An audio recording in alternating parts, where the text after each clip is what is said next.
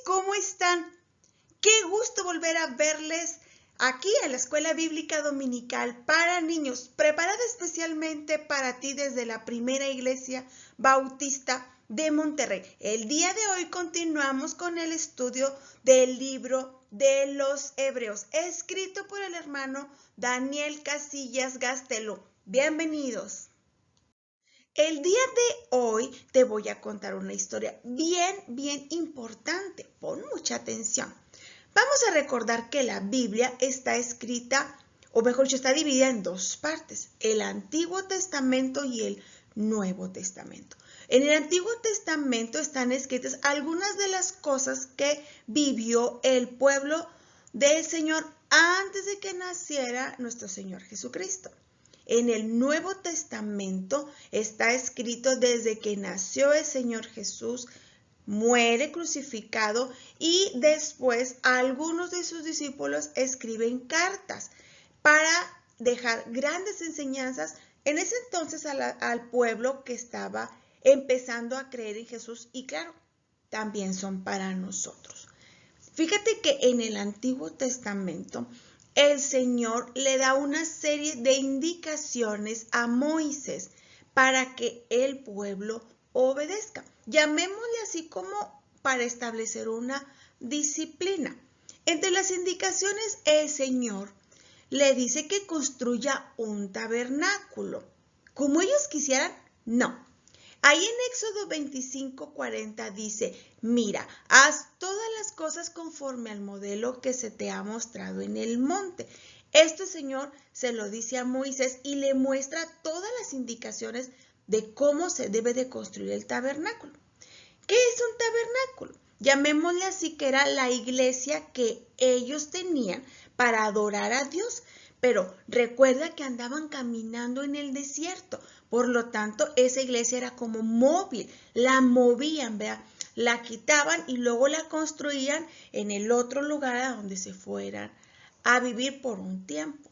Bueno, también el Señor establece un pacto con el pueblo. Llamémosle este pacto, fue el pacto antiguo, que es lo que vamos a estudiar el día de hoy. ¿Por qué es antiguo? Porque surge en el Antiguo Testamento, ¿verdad? Bueno, fíjate que en ese pacto el Señor les pide que hagan una serie de sacrificios para reconocer que se habían portado mal. Todos nos hemos portado mal, todos, desde Adán y Eva hasta yo creo que el bebé que están ahorita en la actualidad. Todos somos pecadores, dice la palabra del Señor, y sí es verdad. El Señor sabía que todos somos pecadores, pero necesitábamos nosotros llevar un reconocimiento de sí, he pecado y arrepentirnos. Por eso el Señor les establece el día de la expiación. ¿Qué quiere decir eso? Que había un día en el año en el cual tenían que ofrendar un cordero. Tenía que ser un cordero sin mancha, perfecto. Ese cordero iba a pagar al derramar la sangre los pecados que haya hecho la persona. ¿Cuál persona? Pues la que estaba llevando el cordero. Vamos a imaginar que yo me porté muy mal porque dije muchas mentiras. Entonces, el día de la expiación llevó un cordero al sacerdote que ministraba en ese momento el tabernáculo y se derramaba la sangre del cordero y de esa manera yo era perdonada. Llamémosle así que mi culpa, el castigo que yo tenía que recibir, pues lo recibía este cordero.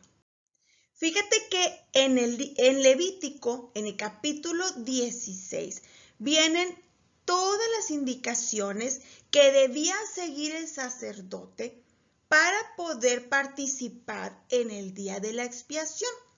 Bueno, debo aclarar y recordarte que estaban los sacerdotes y estaba el sumo sacerdote. Llamémosle que el sumo era el máximo, era el más importante. No había un sacerdote más importante arriba de él. Esto ya lo vimos el domingo pasado. Bueno, cuando el Señor le da las indicaciones a Moisés, en ese momento el sumo sacerdote era Aarón. Fíjate, voy a leer desde el versículo 2 al 5. Dice, advierte a tu hermano Aarón que no entre cuando quiera en el lugar santísimo que está detrás de la cortina interior. Si lo hace, morirá. El lugar santísimo era una parte que estaba al final, llamémosle así como del tabernáculo. Pues ahí está la tapa del arca, el lugar de la expiación. Y yo mismo estoy presente en la nube que está sobre la tapa de la expiación. Cuando Aarón entre en la zona del santuario, deberá seguir fielmente estas instrucciones. Deberá llevar un becerro para una ofrenda por el pecado y un cordero para una ofrenda quemada.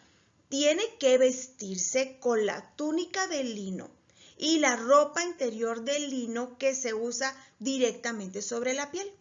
Amarrará la faja de lino a su cintura y se pondrá sobre la cabeza el turbante de lino. Estas son vestiduras sagradas, por lo que deberá bañarse con agua antes de ponérselas. Aarón deberá tomar de la comunidad de Israel 2 chivos para la ofrenda por el pecado y un carnero para la ofrenda quemada. Y siguen más indicaciones. Yo te puse algo muy breve. Nada más para que nos demos una idea de que era muy específica las indicaciones para participar en el día de la expiación. Hasta da las indicaciones de cómo se debía vestir el sumo sacerdote. Todo esto, todas estas indicaciones eran un ensayo para llegar al nuevo pacto. Fíjate, el día de la expiación, el sacerdote estaba anunciando el sacrificio que años más adelante haría nuestro Señor Jesús por nosotros. Este antiguo pacto se repetía cada año. ¿Y qué crees? El nuevo pacto que vamos a ver ahorita lo hizo el Señor Jesús una sola vez y es para siempre. ¿Qué es este nuevo pacto? ¿En qué consiste? ¿Qué fue lo que pasó? Pues, ¿qué crees? Que el Señor Jesús ofreció su vida para ser sacrificada. Es decir, en vez de que yo compre el cordero y el cordero sea llevado para el día de la expiación, el Señor Jesús dijo, yo usaré el lugar del cordero. Yo voy a sacrificar mi vida para tu perdón, para que tú puedas alcanzar vida eterna. En este caso yo también, ¿verdad? Y tú. Bueno, ¿qué crees? Él tomó el lugar mío y el tuyo, pues recibió el castigo que yo y que tú merecíamos por causa de nuestro pecado. ¿Ves? Por eso te digo que este tema es bien importante. Así que la ley era una manera de llevar al pueblo en un orden, en una disciplina. Mira, déjame te cuento algo así como para darnos una idea. En aquellos entonces existía el ayo. Ah, caray, ¿qué es eso? Ay, pues era un servidor que vivía en las casas reales, en las casas de los nobles o entre las familias ricas.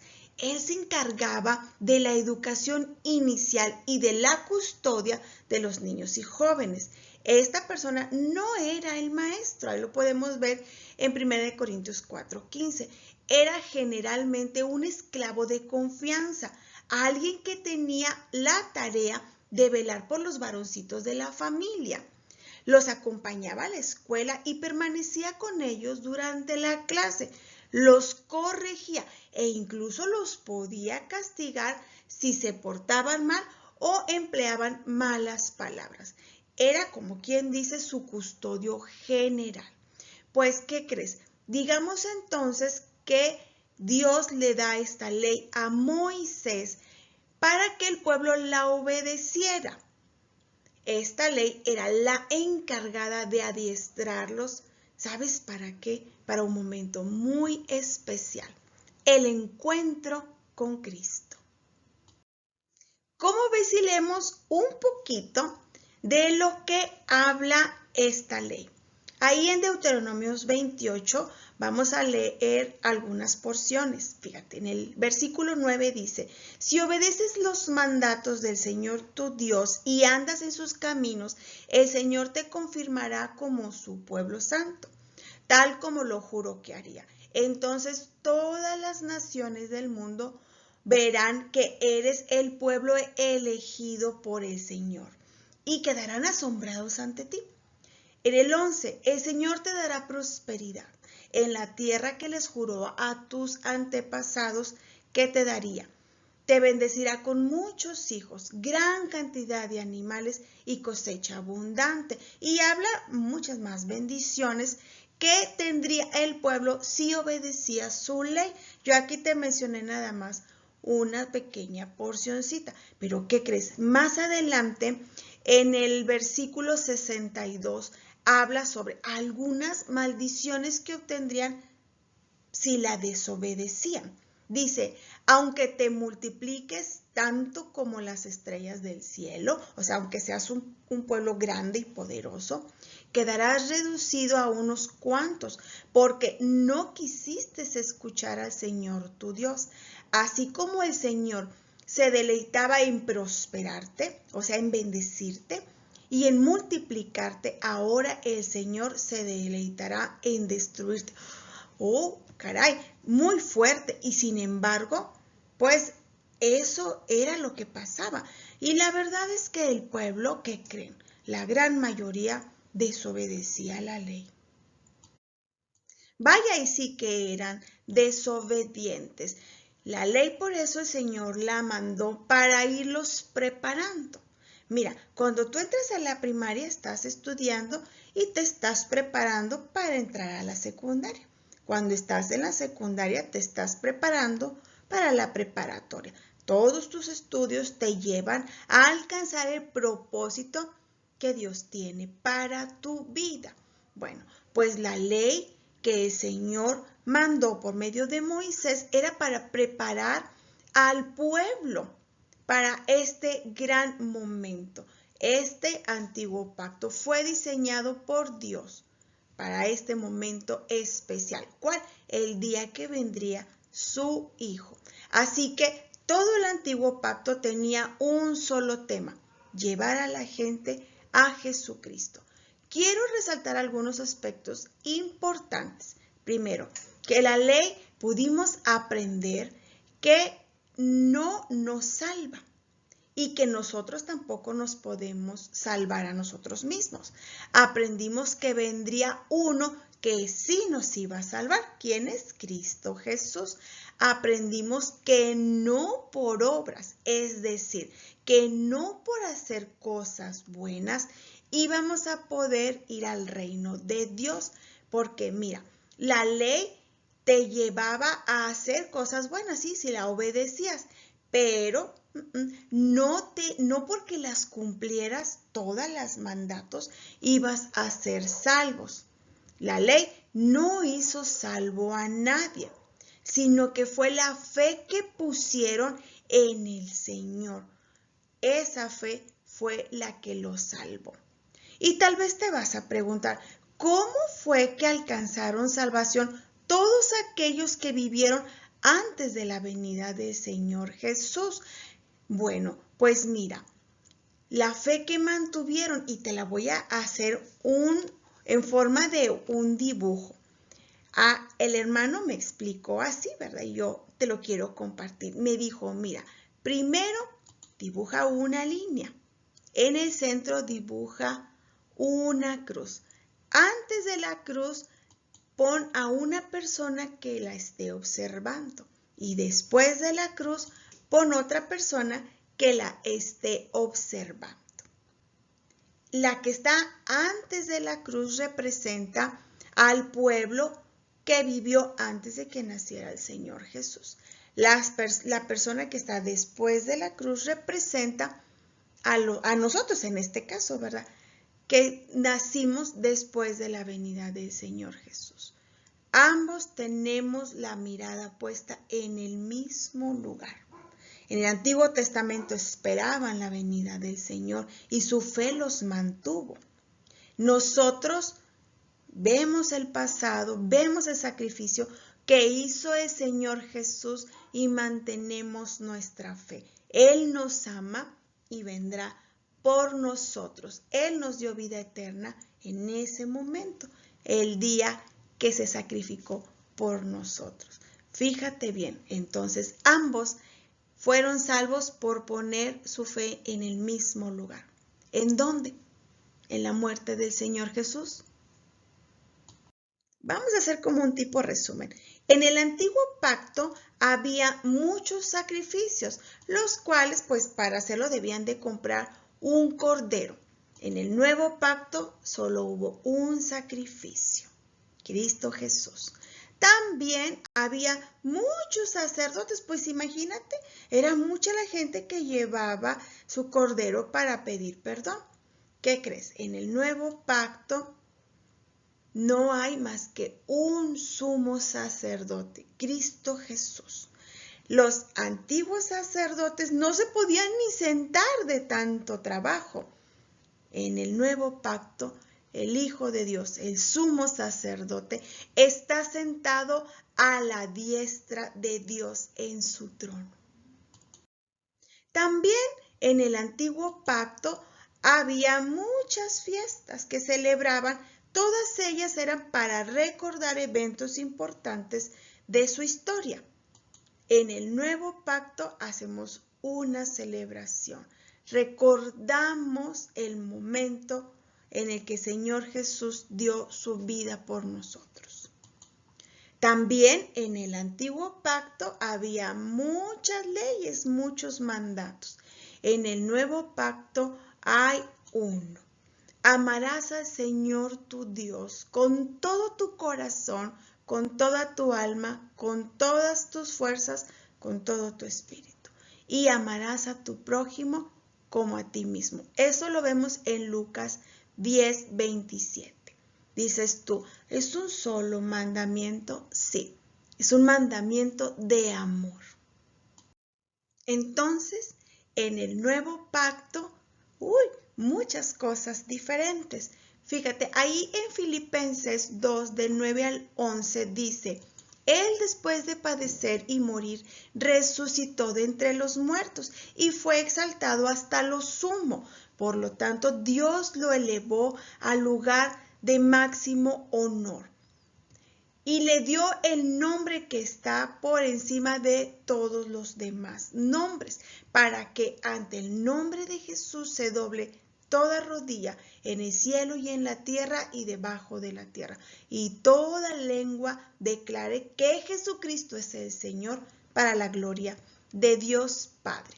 Ahora el Señor está en la casa de su Padre, donde intercede por nosotros. Lo que tenía que presentar el sumo sacerdote en el antiguo pacto era temporal. Lo que Jesucristo ofreció fue único y definitivo. Él ofreció su propia vida. Dios y el hombre no se encuentran en igualdad de condiciones. El hombre solo puede aceptar o rechazar. Dios, a través de Jesucristo, ha establecido este nuevo pacto. ¿Qué crees que tiene? Pues muchas mejores promesas. ¿Cómo cuáles? Pues mira, número 1, promesa de salvación para que todo aquel que en él cree tenga vida eterna. Juan 3:15. Tiene otra promesa que es de que su presencia va a estar con nosotros. Ahí en Mateo 28:20 dice, enseñen a los nuevos discípulos a obedecer todos los mandatos que les he dado y tengan por seguro esto, que estoy con ustedes siempre hasta el fin de los tiempos. Y número 3, Cuando todo esté listo, volveré para llevarlos, para que siempre estén conmigo donde yo estoy. Esta tercera promesa es que Él va a regresar por nosotros. Claro, hay muchas promesas más, pero yo te estoy mencionando estas tres que las considero importantes. Este nuevo pacto, el Señor lo dejó escrito en nuestro corazón y en nuestra mente. Él dejó sus leyes escritas y nos las dicta día a día. Este nuevo pacto trae esta hermosa promesa de que tendremos un conocimiento más íntimo de Dios, porque dice, seré a ellos por Dios y ellos me serán a mí por pueblo. Por medio de este nuevo pacto le podemos conocer todos, desde el mayor hasta el menor. Algo bien precioso. Con este nuevo pacto, el Señor promete perdón a nuestros pecados, a nuestras iniquidades. Es un perdón que nos ofrece completo. No tenemos que hacer sacrificios. No tenemos que hacer nada más que obedecerle, creer en su sacrificio, buscarle con arrepentimiento y seguir las leyes que el Señor irá escribiendo a nuestro corazón. ¿Tú ya has creído en el Señor Jesús? ¿O quieres mantenerte en el antiguo pacto? No, ¿verdad? De hecho, el autor de los Hebreos nos hace una conclusión en donde dice que el antiguo pacto está envejeciendo, está por desaparecer. Eso se lo dice a los hebreos. ¿Qué crees? Disfrutemos de este nuevo pacto. Disfrutemos de estas nuevas leyes de amor y de perdón que el Señor Jesús nos ofrece. Si no lo has hecho, ¿qué crees? Es tiempo de hacerlo por medio de una oración en la cual reconozcamos que somos pecadores y que Él murió en el lugar de nosotros. Vamos a orar. Señor, gracias te damos porque hace algunos años viniste a este mundo. Nos viste que nos portábamos mal y sin embargo nos amaste y nos perdonaste. Mostraste tu gran amor en esa cruz al morir por mí, por mi maldad. Tú recibiste el castigo que a mí me tocaba. Por eso te ruego que el día de hoy me perdones y me aceptes como hijo tuyo, pues reconozco que necesito de este nuevo pacto. En Cristo Jesús te lo ruego. Amén. Amén. Mis niños, gracias por habernos acompañado. Les dejo de tarea que sigan leyendo estas citas bíblicas. Está muy interesante conocer cómo en el antiguo pacto tenían que hacer muchas cosas y descubrir que en este nuevo pacto Dios nos da la victoria día a día. Dios les bendiga.